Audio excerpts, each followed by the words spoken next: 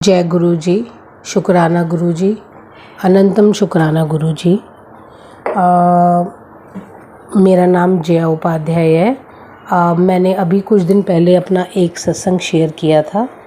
आज का जो मैं सत्संग आपके साथ शेयर कर रही हूँ, मैं आपको संगत जी बता दूँ कि मेरे को गुरु जी ने लाइफ दी, लेकिन मुझे अब तक लगा ही नहीं कि मेरे को मतलब ये भी एक मेरी लाइफ का एक बहुत बड़ा सत्संग था जो मैंने कभी सोचा ही नहीं।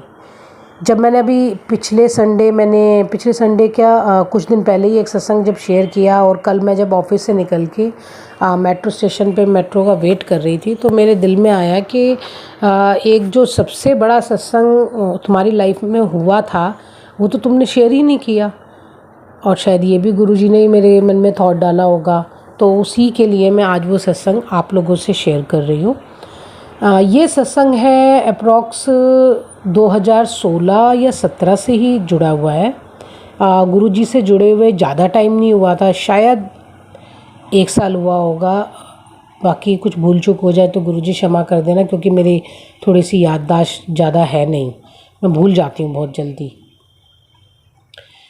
क्या हुआ था संगत जी कि मेरा बेटा उस टाइम छोटा ही था, कोई 3rd में पढ़ता होगा। तब हम मतलब एक ग्रुप है, उनके साथ हम मतलब वहाँ दर्शन करने के लिए गए, पशुपतिनाथ, मतलब बहुत सारी जगह वो लेके गए थे।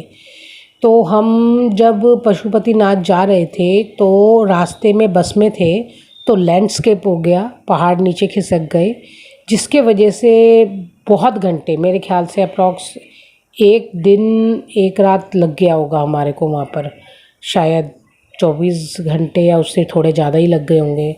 तो क्या हुआ सत्संग जी, जब मैं बस में थी तो मेरे को अब इतना टाइम, लॉन्ग टाइम तक अगर हम बस में बैठते हैं तो भाई बहुत स्वाभाविक है कि हमारे को वॉशरूम तो जाना ही होगा।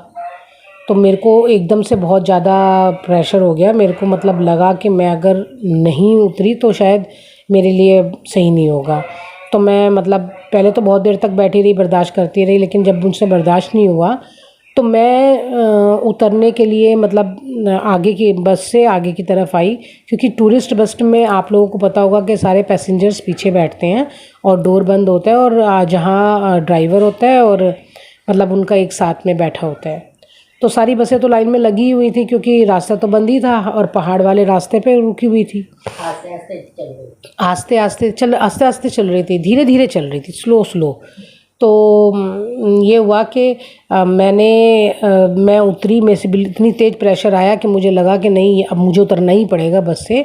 तो जैसे ही मैंने दरवाज़ा खोल के, मतलब सीढ़ियाँ होती हैं ना जो बस से नीचे उतरने के लिए होती हैं, मैंने सारी सीढ़ियाँ क्रॉस करके बस नीचे ज़मीन में पैर रखना ही था, और जो ड्राइवर के साथ में जो एक वो उनका बोलट होता है, उसमें ना मतलब जो हमें लेकर गए हुए थे वो उसमें लेटे हुए थे, आँख बंद करके वो सो रहे थे।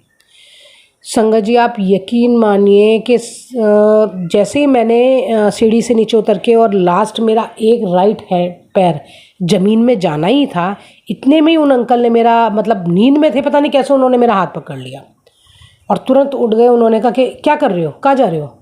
मैंने कहा भैया मेरे को बहुत तेज़ वॉशरूम आया है और मुझे नीचे जाना है। कह रहे नहीं तुम नहीं जा सकते। मैंने कहा नहीं भैया मैं नहीं रुक सकती, मुझे जाना है। कह रहे एक जाना है ठीक है, एक बार पहले ज़रा नीचे झांक कर देखो, क्या तुम उतर सकते हो नीचे?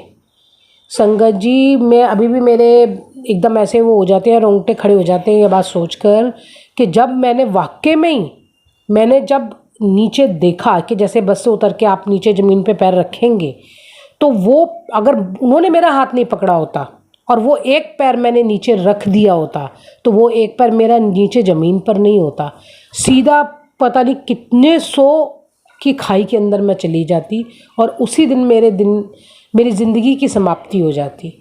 लेकिन हमारे प्यारे गुरुजी ने मुझे उस टाइम लाइफ दी, और उन्होंने हाथ जो मेरा पकड़ा उसी से ही मैं बच गई। और मैंने नीचे देखा तो देखा ज़मीन थी ही नहीं, अगर मैं पैर रखती तो मैं कई कोस फीट नीचे जाके ख़त्म हो जाती।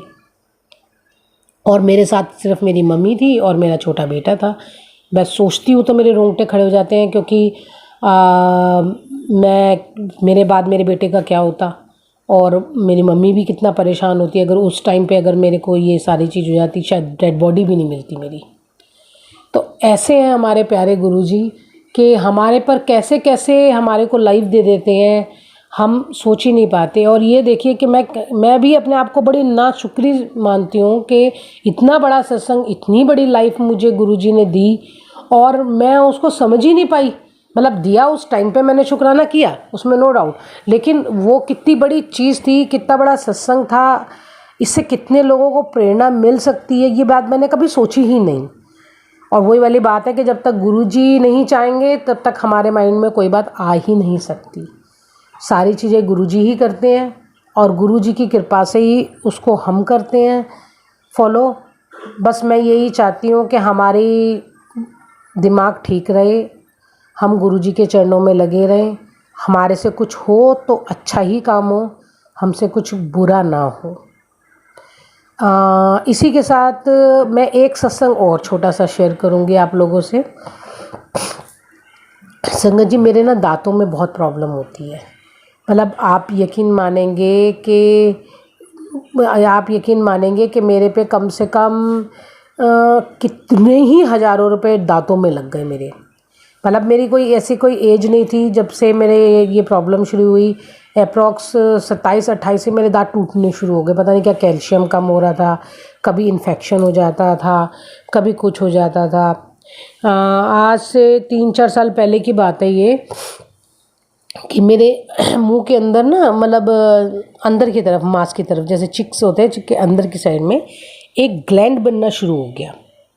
मैं दांत वाले डॉक्टर के पास गई, मैंने उन्हें दिखाया तो उन्होंने कहा कि ये अंदर से एक बहुत मोटा गोले की तरह हो रहा है और आपका एक छोटा सा माइनर सा हमें ऑपरेशन करना पड़ेगा और ये ग्लैंड आपका तभी निकलेगा। तो उन्होंने मेरे को कोई 5-6 दिन की एंटीबायोटिक दवाई दे दी और कहा कि आप इसे खाओ, अगर इससे बैठ गया तो ठीक है, नहीं तो आपको कराना तो पड़ेगा ही ऑपरेशन। संगत जी, मैंने वो 5-6 दिन दवाई खाई, लेकिन उस दवाई से वो ग्लैंड कम तो कोई नहीं हुआ, लेकिन वो और थोड़ा सा उसका बल्कि साइज़ बढ़ा ही, और काफ़ी बड़ा था अंदर से। अगर आप देखो तो मतलब ऐसे लगता था जैसे आप मुंह में कोई टॉफ़ी रखें और बाहर की साइड से अगर उसको हिलाए तो दिखता है ना कि हाँ भाई साइड में कोई टॉफ़ी रखी है। ऐसे मुझे अंदर से महसूस होता था कि मतलब एक कोई मोटा सा ग्लैंड है मेरे मुंह में। तो मैं जब गई डॉक्टर के पास में 5-6 दिन की दवाई खाने के बाद, तो डॉक्टर ने मुझे कह दिया कि नहीं, आपका ये हमने आपको 6 दिन की एंटीबायोटिक दवाई दे दी है और इससे आपका कुछ भी ठीक नहीं हो रहा, तो अब आपको ये करा लो अपना, ये उसी से ही ठीक होगा, नहीं तो ये ग्लैंड बढ़ेगा। संगत जी, मैंने उसी वक्त वहीं बैठे बैठे डॉक्टर के सामने बस गुरुजी से मन ही मन में बोला कि गुरुजी, आप बड़े बड़े कैंसर ठीक कर देते हैं, आप सबको इतना ब्लेस करते हैं, बड़ी बड़ी बीमारियां ठीक कर देते हैं। और मैं मतलब एक प्राइवेट जॉब करती हूँ, एक प्राइवेट कंपनी में as a accountant, accounts department में। तो मुझे लगा कि भाई एक तो पैसे भी लगेंगे, ऊपर से छुट्टियाँ भी होंगी और जो पेन होगा वो तो अलग से ही हो जाएगा। तो मैंने कहा गुरुजी, मुझे नहीं मालूम है कि आप जैसे भी करो, मेरा ये बिना ऑपरेशन के ठीक कर दो, मैं ऑपरेशन नहीं कराना चाहती इसका। संगत जी, मैंने डॉक्टर को कहा कि एक काम करिए डॉक्टर साहब, आप मुझे फिर से 5 दिन की एंटीबायोटिक दवाई दे दो। तो डॉक्टर साहब बोले कि नहीं, हम आपको ये एंटीबायोटिक दवाई नहीं दे सकते क्योंकि ये 5-6 दिन की ही होती है, इससे ज़्यादा देना ठीक होता ही नहीं है। मैंने उनसे फिर भी बहुत जिद करी और उनसे 5 दिन की दवाई लिखवा लाई और मैंने गुरुजी को बोल दिया कि गुरुजी, मैं ये 5 दिन की दवाई खा रही हूँ, अब इन 5 दिनों में आप मेरा ये ग्लैंड ठीक कर दो, आप ही को ठीक करना है। संगत जी, मैंने 5 दिन वो दवाई खाई, आप यकीन मानिए उसके बाद जब मैं डॉक्टर के पास गई, मेरा ग्लैंड बिल्कुल ऐसे हो गया कि जैसे कुछ था ही नहीं। बिल्कुल मतलब जो एकदम अंदर से एकदम ऐसे मेरे को महसूस हो रहा था गोली की तरह अंदर, गालों के अंदर की साइड में, वो फिर एकदम से मतलब पूरा रिजॉल्व हो गया। आप चाहें तो उसे दवाई का नाम दे दें कि दवाई से ठीक हुआ है, पर मेरा मानना यह है कि अगर दवाई से ठीक होना होता तो वो स्टार्टिंग के 5-6 दिनों में ही ठीक हो जाता। मुझे मालूम है कि ये सब मेरा गुरुजी ने किया है। उन 5 दिन की दवाई खाने के बाद जब मैं डॉक्टर के पास गई तो डॉक्टर को दिखाया मैंने, तो उन्होंने मेरा देखा, करे वाकई में अब वो ग्लैंड मतलब होता ना कि 5-6 दिन के बाद थोड़ा सा तो दिखता, लेकिन वो बिल्कुल वहाँ से साफ़ हो चुका था। कोई नामो निशान ही नहीं था उस ग्लैंड का, कहीं महसूस, मुंह तो उसका कोई बना ही नहीं था, जो था इंटरनली अंदर ही अंदर था वो, लेकिन वो अंदर ही अंदर रिजॉल्व होकर वो पूरा ख़त्म हो गया था। तो इतनी कृपा करते हैं हमारे गुरुजी। गुरुजी आपको बहुत बहुत शुक्राना। और इसी के साथ मैं संगत जी अपना सत्संग समाप्त करती हूँ। आप सभी को प्रणाम। जय गुरु जी। जय गुरु जी। शुक्राना गुरु जी, अनंतम शुक्राना मेरे मालिक। गुंजन आंटी, आपका भी बहुत बहुत शुक्राना कि आप हमारे ये सारे सत्संग शेयर करते हैं। मैं अपना सत्संग स्टार्ट करती हूँ अभी लास्ट वीक अपने बेटे का। मेरे बेटे का नाम वैभव है। लास्ट शुक्रवार वाले दिन मेरे पास एक बुक है जिसमें बहुत सारे भगवानों के मंत्र जाप लिखे हैं, और वो मैं डेली करती हूँ। मेरे को करीबन 10-15 साल हो गए जिससे मैं वो सारे माता के, लक्ष्मी जी के, दुर्गा जी के, सरस्वती माता जी के, और बाद में गुरु जी की वंदना होती है उसमें, वो करती हूँ। लेकिन शुक्रवार वाले दिन मेरे को ऐसे ही अचानक उस बुक में से एक गणेश वंदना है, जो कि भगवान शिव जी और पार्वती जी ने गणेश जी को खुश करने के लिए वो बोली थी। तो अचानक ही संगत जी मैं उस दिन वो पढ़ती हूँ, तो बीच में पढ़ते पढ़ते मुझे लगा कि मैं तो ये कभी पढ़ती नहीं हूँ, मैं आज क्यों पढ़ रही हूँ, लेकिन अब वो शुरू कर दिया था तो मुझे ख़त्म भी करना था। तो मैंने वो गणेश वंदना ख़त्म करी। फिर क्या है कि मेरा घर फर्स्ट फ्लोर पर है, तो पूजा करने के बाद मैंने वहाँ थोड़ी सी स्टेयर्स हैं, उसके ऊपर मैंने तुलसी माता को भी जल चढ़ाने के लिए जाती हूँ। तो मैं धूप जला के नीचे से ही लेके गई थी ऊपर के, जल चढ़ा के धूप, डेली जो मेरा रूटीन है। तो जब मैं धूप जलाने लगी तो वो देखा कि मैं जब तक ऊपर पहुँची तो वो पता नहीं कैसे टूट के गिर गई, और मतलब उसमें जल ही नहीं रही थी धूप, वो बिल्कुल बंद थी। तो मैं थोड़ा सा, मुझे लगा कि ऐसे कैसे हो गया, मैं तो रोज़ ही लेके जा रही हूँ 2.5-3 साल से, जब से मैं अपने घर में शिफ्ट हुई हूँ। ऐसा कभी नहीं हुआ, लेकिन उस दिन हुआ तो मैंने उसे इग्नोर कर दिया। और मैं क्योंकि जॉब करती हूँ तो मैं फिर बाद में अपने ऑफ़िस आ गई। जब मैं ऑफ़िस आ गई तो मैं ऐसे ही रील देख रही थी फेसबुक पर, तो गुरुजी का एक मैसेज आया मेरे को कि बेटा, आज तेरे बेटे पे बहुत बड़ा संकट था जो मैंने टाल दिया है। संगत जी, मुझे लगा कि ऐसा मतलब रील में आता ही रहता है, तो मुझे लगा कि हो सकता है कि जब गुरुजी का वचन है तो सत्य तो होगा ही, शायद ये किसी और के लिए होगा, किसी और संघ परिवार के लिए होगा।